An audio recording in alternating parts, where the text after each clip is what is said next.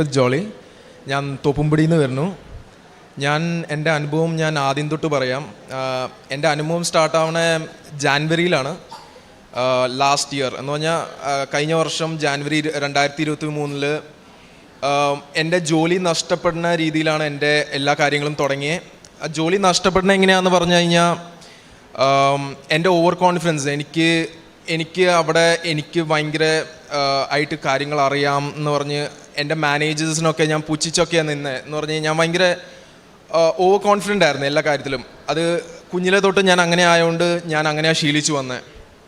So ഞാൻ ആ attitude എൻ്റെ മാനേജേഴ്സിനോടൊക്കെ കാണിച്ചപ്പം അവർക്ക് ഭയങ്കര ബാഡായിട്ട് ഫീൽ ചെയ്തിട്ട് ലാസ്റ്റ് ഞാൻ പറഞ്ഞു എനിക്ക് ജോലി വേണ്ട, എനിക്ക് ഞാൻ നോക്കിക്കോളാം, എനിക്ക് വേറെ എനിക്ക് കിട്ടിക്കോളും, എൻ്റെ കഴിവിനും ഇതിനും എനിക്ക് കിട്ടുമെന്ന് എനിക്ക് ഉറപ്പാന്നുള്ള രീതിയിൽ ഞാൻ ജോലിയിൽ നിന്ന് ഇറങ്ങി. അത് ജാനുവരി 6 ആയിരുന്നു ഞാൻ ജോലിയിൽ നിന്ന് ഇറങ്ങണേ. അത് ലാസ്റ്റ് ഇയർ 2023. അപ്പോൾ ഇറങ്ങിക്കഴിഞ്ഞിട്ട് ഞാൻ എൻ്റെ ഓവർ കോൺഫിഡൻസിൻ്റെ രീതിയിൽ ഞാൻ നല്ല രീതിയിൽ കഷ്ടപ്പെട്ട് എല്ലാ ആപ്ലിക്കേഷനും ലിങ്ക്ഡിനും ഏതൊക്കെ ജോബ് പോർട്ടലുണ്ടോ അതെല്ലാം ഞാൻ അടിച്ചു പറിച്ച് മൊത്തം ഞാൻ ആപ്ലിക്കേഷൻ കൊടുത്തു. പക്ഷേ എന്തായെന്ന് പറഞ്ഞു കഴിഞ്ഞാൽ ഒരെണ്ണം കൂടി എനിക്ക് കിട്ടിയില്ല. മോർ ദാൻ 100 ആപ്ലിക്കേഷൻ ഞാൻ കൊടുത്തു, പക്ഷേ 100 റിജക്ഷൻസാണ് എനിക്ക് കിട്ടിയത്. ഒരു രീതിയിലും എനിക്ക് മുന്നോട്ട് പോകാൻ പറ്റണില്ല. എല്ലാ സ്ഥലത്തും ഞാൻ എല്ലാവരുടെയും മുമ്പ് വെച്ച് ഞാൻ കളിയാക്കുന്ന ആളായിക്കൊണ്ടിരിക്കുക. എല്ലാ സ്ഥലത്തും ഞാൻ ഒരു കൊല്ലൂലാത്ത ആളായിക്കൊണ്ടിരിക്കുക ഏത് സാഹചര്യത്തിലും. പിന്നെ എൻ്റെ വീട്ടുകാരാണെങ്കിൽ തന്നെ പ്രഷർ, നാട്ടുകാരുടെ പ്രഷർ എല്ലാം കൂടി തലയിൽ കയറിയിട്ട് എനിക്ക് നെഗറ്റിവിറ്റി മാത്രമേ ഉള്ളായിരുന്നു, ഉള്ളിൽ പോസിറ്റിവിറ്റി ഇല്ലായിരുന്നു.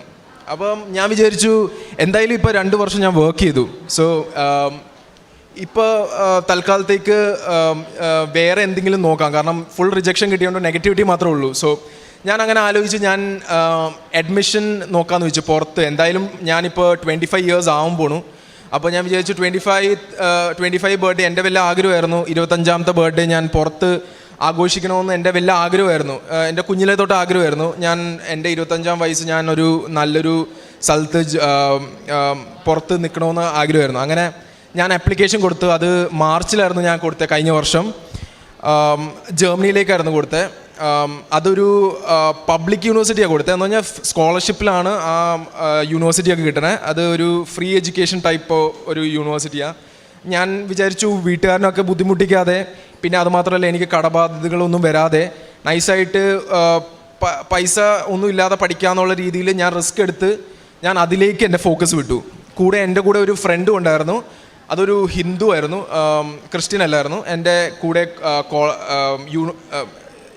കമ്പനിയിൽ വർക്ക് ചെയ്തതാണ്. അപ്പോൾ പുള്ളിക്കാരി എന്ന് പറഞ്ഞു കഴിഞ്ഞാൽ പുള്ളിക്കാരിയുടെ ജോലിയും നഷ്ടപ്പെടുത്തായിരുന്നു എൻ്റെ കൂടെ. എന്ന് പറഞ്ഞു കഴിഞ്ഞാൽ സെയിം സാഹചര്യമൊക്കെ തന്നെയായിരുന്നു. പക്ഷേ പുള്ളിക്കാരി എന്തെന്ന് പറഞ്ഞാൽ പുള്ളിക്കാരിക്ക് ആരാണ്ട് പറഞ്ഞ് അറിവിലൂടെ കൃപാസനം മീറ്റ് ചെയ്യാൻ പറ്റി. അങ്ങനെ പുള്ളിക്കാരി കൃപാസനം ഉടമ്പടിയൊക്കെ എടുത്തു കഴിഞ്ഞ് പുള്ളിക്കാരിക്ക് ജോലിയൊക്കെ കിട്ടി.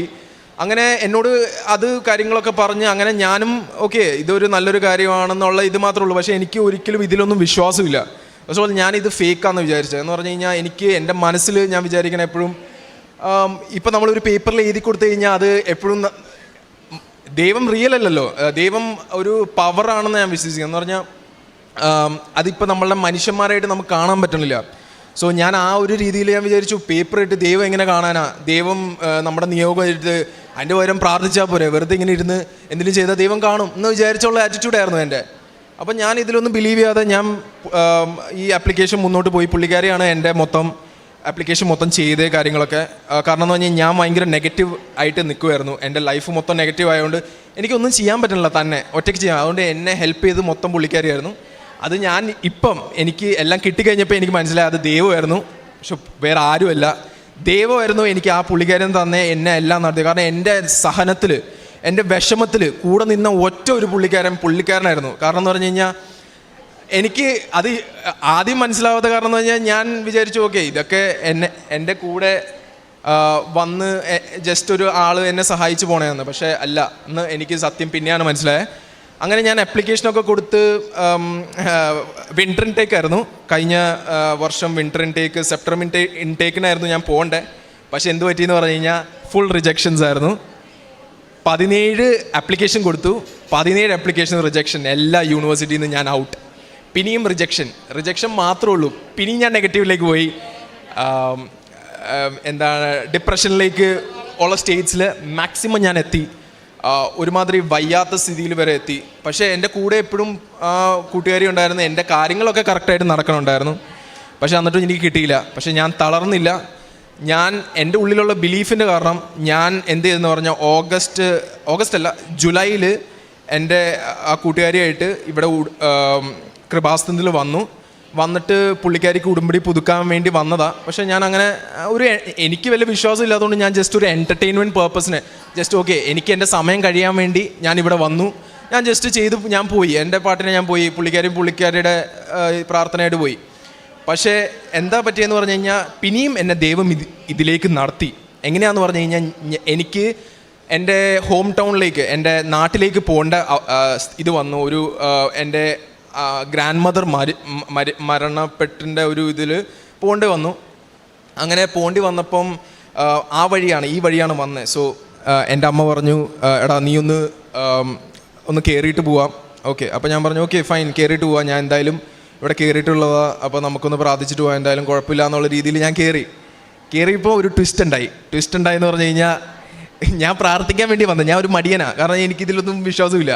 പക്ഷേ സാഹചര്യം അങ്ങനെയല്ല, വേറെ ഡിഫറെൻ്റ് ആയിപ്പോയി. എങ്ങനെയാന്ന് പറഞ്ഞു കഴിഞ്ഞാൽ എൻ്റെ അമ്മ എന്നെ ഉടമ്പടി എടുക്കാൻ പറഞ്ഞു. അപ്പോൾ ഞാൻ വിചാരിച്ചു ഓക്കെ ഉടമ്പടി അന്ന് എടുക്കാന്നുള്ള രീതിയിൽ എടുക്കാമെന്ന് പറഞ്ഞപ്പം 5 മണിക്കൂറാണെന്ന് പറഞ്ഞ്.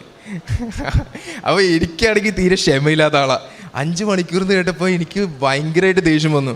പക്ഷെ അമ്മ കൈവിട്ടില്ല. അമ്മ പറഞ്ഞു, എടാ നീ ഒന്ന് എടുക്ക്, നീ ബാക്കി നമുക്ക് നോക്കാം, നീ ഒരു ദിവസമല്ലേ കഷ്ടപ്പെടണമെന്നുള്ള രീതി പറഞ്ഞു. ഞാൻ സമ്മതിച്ചില്ല. ഞാൻ അമ്മയുടെ മുമ്പ് വെച്ച് ശബ്ദം ഉണ്ടാക്കി, ഞാൻ ബേളം ഉണ്ടാക്കി, ഞാൻ പുറത്തേക്ക് പോയി, ഞാൻ അവിടെയൊക്കെ ഇരുന്ന് ബേളം ഉണ്ടാക്കാൻ എനിക്ക് പറ്റില്ല, എനിക്ക് ഈ സംഭവം പറ്റില്ല, പ്രാർത്ഥിച്ച് നമുക്ക് പോവാം, എത്രയും പെട്ടെന്ന് പോവാന്നുള്ള രീതി ഞാൻ ഭയങ്കര കാരണം എൻ്റെ ഉള്ളിലുള്ള വിഷമങ്ങളാണ് എന്നെ ഇതിലാക്കിയത്. കാരണം ഞാൻ ഓൾറെഡി വിഷമത്തിലാണ്. കാരണം എനിക്കിതിലൊന്നും ആരും എനിക്ക് സഹായിക്കാനില്ല എന്നുള്ളൊരു ഇത് മനസ്സിലിരിക്കണോണ്ട് എനിക്ക് മനസ്സിലായി ഇതൊന്നും ഒരു കാര്യമില്ല, ജസ്റ്റ് പ്രാർത്ഥിച്ചാൽ ദൈവം നടത്തും എന്നുള്ള രീതിയായിരുന്നു.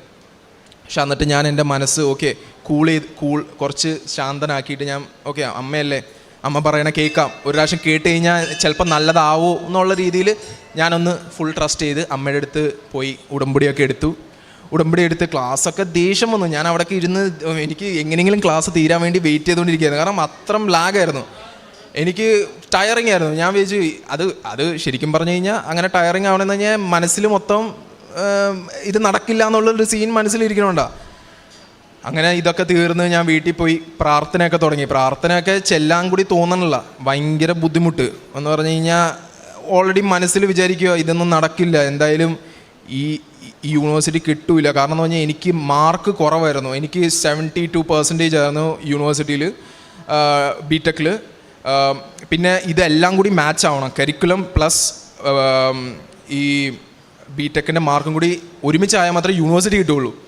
അങ്ങനത്തെ ഒരു സീൻ വന്നപ്പം ഒരിക്കലും കിട്ടില്ല എന്ന് ഏജൻസി വരെ എന്നോട് പറഞ്ഞു. ഞാൻ വിചാരിച്ചു ഇനി ഞാൻ എൻ്റെ കയ്യിൽ നിന്ന് വിടാതെ ഏജൻസിക്ക് കൊടുക്കാമെന്ന് വിചാരിച്ചു. കാരണം എന്ന് പറഞ്ഞാൽ ഇത്ര നാൾ ഞാൻ ചെയ്തതിൻ്റെ എന്തെങ്കിലും കുറവ് വെച്ച് കിട്ടാത്തയാണോ എന്ന് വെച്ച് ഞാൻ ഏജൻസി കൊടുത്തു. അപ്പോൾ ഏജൻസി 50,000 രൂപ ഒഴിച്ച് കൊടുത്തിട്ട് എന്ത് പറ്റിയെന്ന് പറഞ്ഞു കഴിഞ്ഞാൽ അറ്റ് ദ ലാസ്റ്റ് അവരുടെ ഒരു യൂണിവേഴ്സിറ്റി എനിക്ക് കിട്ടിയില്ല. ഫുള്ളും ട്രാജഡി. പിന്നെ എന്നിട്ടും കൈവിട്ടില്ല. മാതാവിനെ എപ്പോഴും കൂടെ നിന്ന് വിശ്വാസം മാത്രമേ ഉള്ളൂ, എന്തെങ്കിലും നടന്നാലോ എന്നുള്ള ജസ്റ്റ് ഒരു ചെറിയൊരു വിശ്വാസം മാത്രമേ ഉള്ളൂ, ബാക്കി ഒന്നുമില്ല. അല്ലാതെ ഇങ്ങനെ മാതാവിൻ്റെ കൂടെ ഉണ്ടെന്നുള്ള ഒരു ഇതില്ല. ജസ്റ്റ് ഇങ്ങനെ വിശ്വാസം ഉള്ളിലുണ്ടായിട്ട് ഞാൻ ജസ്റ്റ് ഇങ്ങനെ പ്രാർത്ഥിച്ചു. ഒരു നോർമൽ നമ്മൾ കുടുംബ പ്രാർത്ഥന എല്ലാം പോലെ ഞാൻ ഇങ്ങനെ പ്രാർത്ഥിച്ചു ദിവസം. പ്രാർത്ഥിച്ച് വന്നപ്പോൾ എനിക്കിങ്ങനെ പോസിറ്റീവ് എനർജി കൂടാൻ തുടങ്ങി, നെഗറ്റീവ് എനർജി ഇങ്ങനെ ലോ ആവാൻ തുടങ്ങി, എൻ്റെ സ്വഭാവങ്ങൾ മാറാൻ തുടങ്ങി. ഞാനൊരു ലിക്കറൊക്കെ ഞാൻ അടിക്കുമായിരുന്നു, കുറച്ച് വെള്ളം അടിക്കുമായിരുന്നു, ഫ്രണ്ട്സിൻ്റെ കൂടെ പാർട്ടി ചെയ്യണ ഒരാളായിരുന്നു. അതിൽ നിന്നൊക്കെ എനിക്ക് ഒരു പ്രത്യാക്ഷ കിട്ടണ പോലെ എന്ന് പറഞ്ഞു കഴിഞ്ഞാൽ എനിക്ക് തന്നെ ഒരു ഉള്ളിൽ നിന്ന് ഒരു പവർ, ദ ഹോളി സ്പിരിറ്റ് എന്നോട് സംസാരിക്കണ പോലെ, എടാ മോനെ ഇത് നീയല്ല, നീ ഇങ്ങനെയല്ല ജീവിക്കണ്ടേ, നിനക്ക് വേറൊരു കാര്യങ്ങളുണ്ട് ചെയ്യാനായിട്ട്, നിനക്ക് ഈ ജീവിതം ദൈവം തന്നത് അതിനൊരു പേർപ്പസ് ഉണ്ട്, ആ പേർപ്പസ് നീ ഫൈൻഡ് ചെയ്യണം, ഫൈൻഡ് ചെയ്താലേ നിനക്ക് മുന്നോട്ട് പോകാൻ പറ്റുള്ളൂ എന്ന് പറഞ്ഞ് എന്നോട് എപ്പോഴും പറയും. പക്ഷേ ഉള്ളിൽ നെഗറ്റീവ് എനർജി ഉണ്ടാകുമ്പോൾ അത് എപ്പോഴും ലോ ആക്കും. പക്ഷേ എന്നിട്ട് ഞാൻ തളരാതെ ഇരുന്ന് പ്രാർത്ഥിച്ചു. അങ്ങനെ പ്രാർത്ഥിച്ച് ഒക്ടോബർ ഇവിടെ റാലിക്കൊക്കെ ഞാൻ പങ്കെടുത്തു. കാരണം എനിക്ക് വേറൊരു ഹോപ്പില്ലായിരുന്നു, ഇത് മാത്രം ഹോപ്പുള്ളായിരുന്നു. കാരണം എനിക്ക് കിട്ടുന്ന എല്ലാം പോസിറ്റീവ് എനർജി ഇതിൽ നിന്നായിരുന്നുകൊണ്ട് ഞാൻ ആ കൂട്ടുകാരിയായിട്ട് ഇവിടെ വന്ന് റാലിയൊക്കെ പങ്കെടുത്തു. ആ സമയത്ത് ഞാൻ ഒറ്റ കാര്യം മാത്രമേ പ്രാർത്ഥിച്ചുള്ളൂ, ഈ യൂണിവേഴ്സിറ്റി കിട്ടാൻ വേണ്ടിയല്ല. ഞാൻ പറഞ്ഞു എനിക്ക് ഇത്ര നാൾ ജോലി കിട്ടിയില്ല, അറ്റ്ലീസ്റ്റ് കുറച്ച് സമയം ഈ യൂണിവേഴ്സിറ്റി കിട്ടാൻ കുറച്ച് പിന്നെയാണ് എനിക്ക് കിട്ടണേ റിസൾട്ടൊക്കെ വരണേ. അപ്പോൾ അത്ര നാൾ എനിക്ക് ജോലി കിട്ടാൻ വേണ്ടി എന്തെങ്കിലും എനിക്ക് ചെയ്തു തരണമെന്നുള്ള രീതി ഞാൻ പ്രാർത്ഥിച്ചു. ഞാൻ ആപ്ലിക്കേഷൻ നേരത്തെ കൊടുത്തിട്ടുണ്ട്, പക്ഷേ എനിക്ക് 27-ാം തീയതി ഞാൻ റാലി പോണ മുമ്പ് എനിക്ക് ജോലിയുടെ ഇതായിരുന്നു, ജോലിയുടെ ഇൻ്റർവ്യൂ ആയിരുന്നു. 28-ാം തീയതി ഞാൻ റാലിക്ക് പോയി. വിത്തിൻ 2 days, നെക്സ്റ്റ് 2 days എനിക്ക് ജോലിയും കിട്ടി. അതും ഏറ്റവും ഹൈ സാലറി എന്ന് പറഞ്ഞു കഴിഞ്ഞാൽ ഞാൻ എനിക്ക് ഗ്യാപ്പ് വന്നിട്ടും എനിക്ക് ഏറ്റവും ഹൈ സാലറി, നല്ലൊരു സാലറി എന്ന് പറഞ്ഞാൽ ഒരു 2 years കിട്ടേണ്ട ആളും കൂടുതൽ സാലറി. അതും ഞാൻ നെഗോഷിയേറ്റ് ചെയ്തപ്പം എന്നോട് പറഞ്ഞു നിൻ്റെ കഴിവിന് ഇതിൻ്റെ ആളും കൂടുതൽ ഞാൻ തരാൻ തയ്യാറാടാന്ന് വരാൻ പറഞ്ഞു. അത്രയ്ക്ക് എൻ്റെ മാനേജേഴ്സ് എന്നോട് പറഞ്ഞു ഏത് പുതിയ കമ്പനിയിൽ. അപ്പോൾ എനിക്ക് ആ ജോലിയും കിട്ടി. അപ്പോൾ എനിക്ക് ഒരുമാതിരി എന്നാലും ഈ സാത്താനുണ്ടല്ലോ ഉള്ളിൽ, അത് സമ്മതിക്കണില്ല, ഇത് നിൻ്റെ കഴിവിനാടാ കിട്ടിയെന്നുള്ള രീതിയിലാണ് എന്നോട് എന്നിട്ടും പറയണേ. പക്ഷെ എന്നിട്ടും ഞാൻ പ്രാർത്ഥന ഇങ്ങനെ മുന്നോട്ട് പോയി. അങ്ങനെ ഈ 3 മാസം ഞാൻ ഇത് തീർത്തിട്ട് പിന്നെയും എനിക്ക് മടി വരാൻ തുടങ്ങി. ഇനിയും പുതുക്കണോ, ഇനി നമുക്കിങ്ങനെ പ്രാർത്ഥിച്ചാൽ മതി, എന്തിനാണ് പിന്നെ ഇത് ചെയ്ത് പിന്നെയും കഷ്ടപ്പെടണം, ഇങ്ങനെ ഫുള്ള് നെഗറ്റീവ്. നമ്മുടെ ജീവിതം മൊത്തം നെഗറ്റീവാണ്. എല്ലാവരും, ഞാൻ മാത്രമല്ല, എല്ലാവർക്കും ഇങ്ങനെ തന്നെ അനുഭവം. നമ്മൾ അതിൽ നിന്ന് റിക്കവർ ചെയ്താൽ മാത്രമേ പറ്റുള്ളൂ. അങ്ങനെ ഞാൻ റിക്കവർ എങ്ങനെയാണ് ചെയ്തതെന്ന് പറഞ്ഞു കഴിഞ്ഞാൽ ഞാനിവിടെ പിന്നെയും എനിക്ക് വരേണ്ട അവസരം വന്നു. ഇങ്ങനെ ഹോം ടൗണിലേക്ക് വന്നു. ഞാൻ അവിടെ പോയിട്ട് വരണ തിരിച്ചു വഴിയിൽ ഞാനിവിടെ കയറി പ്രാർത്ഥിച്ചപ്പം അമ്മ പിന്നെയും പറഞ്ഞു ഉടമ്പടി എടുക്കാമെന്ന്. കാരണം പെട്ടെന്ന് തീരുമാനിക്കും എന്ന് അമ്മ പറഞ്ഞു. അപ്പോൾ ഞാൻ പറഞ്ഞു 2-3 മണിക്കൂർ എടുക്കും, പിന്നെയും ലാഗാവും, പിന്നെയും അത്ര നിൽക്കാൻ വയ്യ മമ്മി, ഞാൻ പോണേ, എനിക്ക് വയ്യ എന്നുള്ള രീതിയിൽ പിന്നെയും എന്നെ സാത്താൻ വലിച്ച് ഇങ്ങനെ പിടിച്ചു വെച്ചേക്കണേ. എനിക്ക് പിന്നെ എങ്ങനെയെങ്കിലും പോവാ മമ്മി, എന്തായാലും ഒരു പ്രാവശ്യം എടുത്തില്ല, മതി എന്നുള്ള രീതിയായിപ്പം അമ്മയും പറഞ്ഞു എന്നാൽ ഓക്കെ, എന്നാൽ നിൻ്റെ ഇഷ്ടം എന്നുള്ള രീതിയിൽ ഇങ്ങനെ നിന്നപ്പം അവിടെ ഇരുന്ന ആ 10ാം കൗണ്ടറിൽ 8ാം കൗണ്ടറിൽ ഏതാ നിന്ന ആ ചേച്ചിമാർ എന്നെ വിളിക്കണു, എടാ മോനെ നീ എന്താ ഇവിടെ പോണു, നീ എടുത്തിട്ട് പോ, ഉടമ്പടി എടുത്തിട്ട് പോ, നീ എങ്ങോട്ട് പോകണം എന്നുള്ള രീതിയിൽ എന്നെ ഇങ്ങോട്ട് വലിച്ച് എത്തി എന്നോട് ഉടമ്പടി എടുക്കാൻ പറഞ്ഞു. അപ്പോൾ ഞാൻ വിചാരിച്ചു ഇതെന്താ എന്നെ ഫോഴ്സ് ചെയ്യണമെന്ന് പറഞ്ഞപ്പം ആ പുള്ളിക്കാരി എന്നോട് ഉടമ്പടി എടുത്തു കഴിഞ്ഞപ്പം വിത്തിൻ ഹാഫ് ആൻ അവറിൽ 2 മണിക്കൂറിൽ ചെയ്യണ കാര്യം ഹാഫ് ആൻ അവറിൽ എല്ലാം കഴിഞ്ഞു. അപ്പോൾ ഞാൻ ആലോചിച്ചു ഇതൊരുമാതിരി എന്നെ ഞാൻ പോയതല്ല, പക്ഷെ ദൈവം എന്നെ വലിച്ചു വരുത്തി. എൻ്റെ സഹനം, എനിക്ക് ക്ഷമയില്ലാത്തതുകൊണ്ട് ദൈവം ക്ഷമ ഇതാക്കാൻ വേണ്ടി എനിക്ക് കാര്യങ്ങൾ പെട്ടെന്ന് നടത്തി എന്നെ പ്രാർത്ഥനയിൽ ആക്കാൻ വേണ്ടി എന്നോട് ദൈവം പിന്നെ ഉടമ്പടി എടുപ്പിച്ചു. അങ്ങനെ ആ ഉടമ്പടി എടുത്ത് ഞാൻ ഭയങ്കര ഇതായിപ്പോയി. കാരണം എന്ന് പറഞ്ഞാൽ എനിക്ക് മിറക്കിളാണ്. കാരണം ഒരിക്കലും പെട്ടെന്ന് നടക്കുമെന്ന് ഞാൻ വിചാരിച്ചില്ല കാര്യങ്ങളൊക്കെ. അപ്പം പെട്ടെന്ന് നടന്നപ്പം ഞാൻ ഭയങ്കര ഇമ്പ്രസ്ഡായി. കാരണം ദൈവം എന്നെ നടത്തണയാണെന്ന് എനിക്ക് മനസ്സിലായി. കാരണം ബാക്കിൽ ഞാൻ നോക്കുമ്പം ദൈവം എപ്പോഴും ഇങ്ങനെ നടത്തിക്കൊണ്ടിരിക്കണം, ഇങ്ങനെ എനിക്ക് ഓരോ പ്രൂഫ് തന്നുകൊണ്ടിരിക്കുക, നിന്നെ ദൈവം കാണുന്നുണ്ടടാ എന്ന് പറഞ്ഞെന്നുള്ള രീതിയിൽ. അങ്ങനെ ഞാൻ പ്രാർത്ഥന 100% ഇങ്ങനെ കൈക്കൊണ്ട് ഫുള്ളും പ്രാർത്ഥിച്ച് നവംബർ ഡിസംബർ ഇതെല്ലാം ഞാൻ ഫുള്ളും ഇരുന്ന് ഭയങ്കര ഹാപ്പിയിലിരുന്ന് പ്രാർത്ഥിച്ചു. കാരണം എനിക്ക് ഇങ്ങനെ മിറക്കിൾസ് സംഭവിക്കാൻ തുടങ്ങിയപ്പം ഞാൻ ഭയങ്കര ഹാപ്പിയായി. പിന്നെ എനിക്ക് കുറേ പ്രാർത്ഥിക്കാൻ പറ്റി. എനിക്ക് ദിവസം നല്ല രീതിയിൽ വീട്ടുകാരായിട്ടൊക്കെ സംസാരിക്കാനും വീട്ടുകാരൊക്കെ എന്നോട് പറയാൻ തുടങ്ങി, എടാ മോനെ നിൻ്റെ സ്വഭാവം മാറാൻ തുടങ്ങി എന്നുള്ള രീതിയിൽ ഇതാവാൻ തുടങ്ങി. അങ്ങനെ ഇതൊക്കെ കഴിഞ്ഞ് ജാനുവരി ഇനി അടുത്ത ഇതെന്ന് പറഞ്ഞു കഴിഞ്ഞാൽ അടുത്ത അത്ഭുതം നടക്കുന്ന കാര്യമാണ്. ജാനുവരി 5-ാം തീയതി ആണ് ഞാനിങ്ങനെ വീട്ടുകാരൊക്കെ പള്ളിയിൽ പോയിട്ട് വരുന്ന വഴിയിൽ എന്നോട് പറഞ്ഞു, എടാ വാ പള്ളിയിൽ പോയിട്ട് വാ, അവിടെ ആരാധനയൊക്കെ നടക്കുന്നുണ്ട്. അപ്പോൾ ഞാൻ പറഞ്ഞു ഞാനില്ല മമ്മി പോയിട്ട് വാ, എനിക്ക് വർക്കൗട്ട് ഉണ്ട്. കാരണം ഞാൻ ജിമ്മിനൊക്കെ പോണ ആളാണ്, അപ്പോൾ എനിക്ക് വർക്കൗട്ടും കാര്യങ്ങളുണ്ട്, അപ്പോൾ എനിക്കത് ചെയ്യാതെ പറ്റൂ എന്നുള്ള രീതിയിൽ ഞാൻ പറഞ്ഞു ഞാൻ വരില്ല എന്ന് പറഞ്ഞു. അപ്പോൾ ഞാൻ വർക്കൗട്ടിൽ പോയിക്കൊണ്ടിരിക്കുന്ന സമയത്ത് പെട്ടെന്ന് ഞാനിങ്ങനെ ഫോൺ നോക്കിയപ്പോൾ ഒരു മെയിൽ വന്നു. മെയിൽ എന്താണെന്ന് പറഞ്ഞു കഴിഞ്ഞാൽ you have been admitted to Julius Maximilians university at Wurzburg എന്ന് പറഞ്ഞു കഴിഞ്ഞാൽ എനിക്ക് അഡ്മിഷൻ കിട്ടി. ജർമ്മൻ യൂണിവേഴ്സിറ്റിയിൽ പബ്ലിക് യൂണിവേഴ്സിറ്റി ഫ്രീ എഡ്യൂക്കേഷനിൽ എനിക്ക് അഡ്മിഷൻ കിട്ടിയെന്ന് പറഞ്ഞ് എനിക്കൊരു ഓഫർ ലെറ്റർ വന്നു. എനിക്ക് ബിലീവ് ചെയ്യാൻ പറ്റാത്ത എന്താ കാര്യം എന്ന് പറഞ്ഞു കഴിഞ്ഞാൽ ഒരിക്കലും കിട്ടില്ല ഈ സാധനം. കാരണം എന്ന് പറഞ്ഞാൽ എൻ്റെ മാർക്ക് വെച്ച് 90% കിട്ടുന്ന ആൾക്കാർക്ക് 90 ബിടെക്കിൽ 90% കിട്ടിയ ആൾക്കാർക്ക് കിട്ടിയില്ല. അപ്പോൾ എനിക്ക് ഒരിക്കലും അറിയില്ല എനിക്ക് കിട്ടുമെന്ന്. ബിക്കോസ് 72%ഉം 90ഉം എവിടെയാണ് കിടക്കണേന്ന് എനിക്കറിയാം. സോ ഞാൻ എൻ്റെ ബ്ലാങ്ക് ആയിപ്പോയി, ബ്രെയിൻ മൊത്തം ബ്ലാങ്ക് ആയിപ്പോയി. ഞാൻ ചോദിച്ചു ഇതെന്താ നടക്കണേ, ഞാൻ ആരാന്ന് വരെ വിചാരിച്ചു പോയി. ശരിക്കും ഇത് ഞാനല്ല എന്നുള്ള രീതിയിലായിപ്പോയി ഞാൻ. എന്നിട്ട് ഞാൻ ഭയങ്കര ഇമോഷണൽ ആയിപ്പോയി ഭയങ്കരമായിട്ട്. കാരണം ഞാൻ ഇത്ര നാൾ ദൈവത്തിനെ ചീത്ത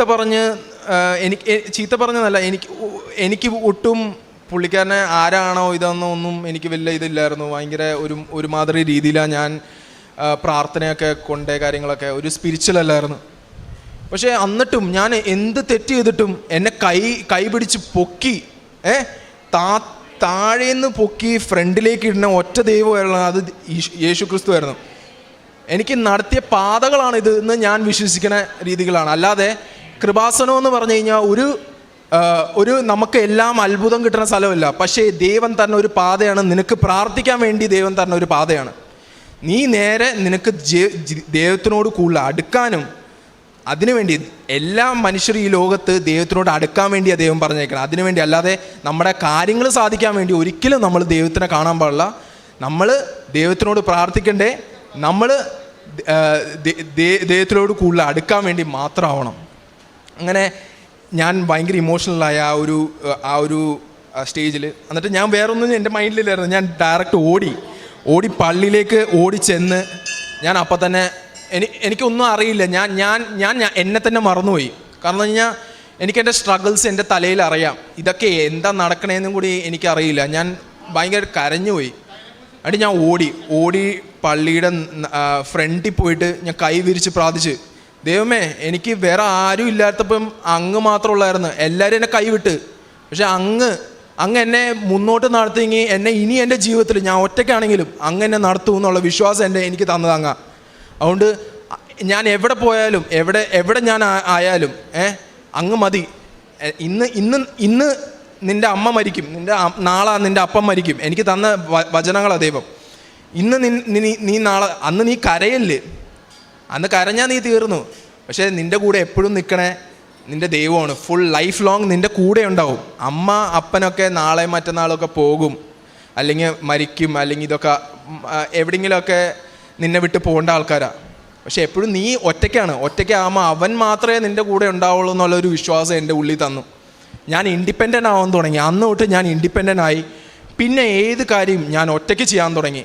എൻ്റെ കാര്യങ്ങൾ ഞാൻ ഞാൻ ബാക്കി നടന്ന എല്ലാ കാര്യങ്ങളും, വിസ പ്രോസസ്സ് ആണെങ്കിൽ ഒരു ഏജൻസിയും ഒരു ഇതും കൊടുത്തില്ല. ഞാൻ സ്വയമായിട്ട് ചെയ്യാനുള്ള വിശ്വാസം എനിക്ക് അന്ന്. വിസ പ്രോസസ്സ് എന്ന് പറഞ്ഞാൽ 10-30,000 രൂപ കൊടുത്ത് ചെയ്യണ ഒരു പ്രോസസ്സാണ്. ഈ കുറേ ഫയൽസും കാര്യങ്ങളും അതൊക്കെ ഞാൻ ഒറ്റയ്ക്ക് ചെയ്ത് എനിക്ക് വിസയും കയ്യിൽ കിട്ടി. വിത്തിൻ 20 ഡേയ്സിൽ എനിക്ക് വിസയും കിട്ടി. പിന്നെ ഞാൻ ഈ 26 മാർച്ച് ഞാൻ പോവാണ്. മാർച്ച് 26 ഞാൻ ജർമ്മനിയിലേക്ക് പോവാണ്. അപ്പോൾ എനിക്കിത് പറയണമെന്നുണ്ട്. പക്ഷേ എനിക്ക് എൻ്റെ ലൈഫ് സ്ട്രഗിൾസ് ഇടയ്ക്ക് എന്നെ ഡൗൺ ആക്കും. പക്ഷേ ഞാൻ പറയണ ഒരു കാര്യമുണ്ട്, നമ്മളെപ്പോഴും ദൈവത്തിൻ്റെ കൂടെ നിന്ന് കഴിഞ്ഞാൽ അവൻ നിന്നെ കൈവിടിയില്ല എന്ന് ഉള്ള ഒരു വിശ്വാസം ഞാൻ എന്താ പറയണമെന്ന് പറഞ്ഞാൽ, ഞാനൊരു യൂത്താണ്. ഞാനൊരു ഒരു യൂത്ത് എന്ന് പറഞ്ഞു കഴിഞ്ഞാൽ ഒരു 25 ഏജുള്ള ഒരാളാണ്. അങ്ങനത്തെ ഒരാൾ പറയുമ്പോൾ നിങ്ങൾക്ക് വിശ്വസിക്കാൻ പറ്റും എത്രമാത്രം എൻ്റെ ലൈഫിൽ ഇൻഫ്ലുവൻസ് ആയ ഓരോ കാര്യങ്ങൾ.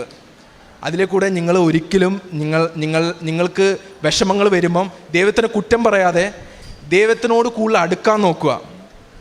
അവൻ ഏത് സമയത്തും, ചിലപ്പോൾ ആ സമയത്ത് നടത്തൂലായിരിക്കും. എനിക്ക് ആ സമയത്ത് നടത്തിയിട്ടില്ല ദൈവം, പക്ഷേ സമയം എപ്പോഴാണോ അന്ന് നടത്തും. പിന്നെ വേറൊരു കാര്യം എന്ന് പറഞ്ഞാൽ, എനിക്ക് ഇതിലൊന്നും എന്നിട്ടും എനിക്ക് നെഗറ്റീവ് അടിച്ചു. അപ്പം ഞാൻ മൈൻഡിൽ കുറേ തിങ്ക് ചെയ്തപ്പം എനിക്ക് ഇതിൽ പ്രൂഫും കിട്ടി. ഇതെങ്ങനെയാണ് ദൈവം തന്നെയാണോ എന്ന് എനിക്ക് മനസ്സിലാക്കി തന്നത് എങ്ങനെയാണെന്ന് ഞാൻ പറഞ്ഞുതരാം. അതെങ്ങനെയാണെന്ന് പറഞ്ഞാൽ, ഞാൻ നടന്ന എല്ലാം ഞാൻ റീക്യാപ്പ് ചെയ്തു. ഞാൻ ഒന്ന് ചിന്തിച്ച് നോക്കി, ഇതൊക്കെ തന്നെ നടന്നതാണോ അല്ലെങ്കിൽ ദൈവം തന്നതാണോ എന്ന് ഞാൻ ദൈവത്തിനൊന്ന് ടെസ്റ്റ് ചെയ്ത് നോക്കി, ഇത് ദൈവം തന്നെയാണോ. കാരണം ഞാൻ അങ്ങനത്തെ ഒരാളാണ്. അപ്പോൾ ഞാൻ അങ്ങനെ ചിന്തിച്ച് നോക്കിയപ്പോൾ എനിക്ക് അത്ഭുതം തന്ന് എന്നെ ഇതാക്കിയത് എങ്ങനെയാണെന്ന് പറഞ്ഞു കഴിഞ്ഞാൽ, ഏതൊക്കെ ഡേറ്റ് എനിക്ക് എൻ്റെ ലൈഫിൽ നടന്നോ അതെല്ലാം 5-ാം തീയതി അല്ലെങ്കിൽ 6-ാം തീയതി ആയിരുന്നു. എനിക്ക് എൻ്റെ ജോലി നഷ്ടപ്പെട്ടത് ജാനുവരി 6-ാം തീയതി ആയിരുന്നു.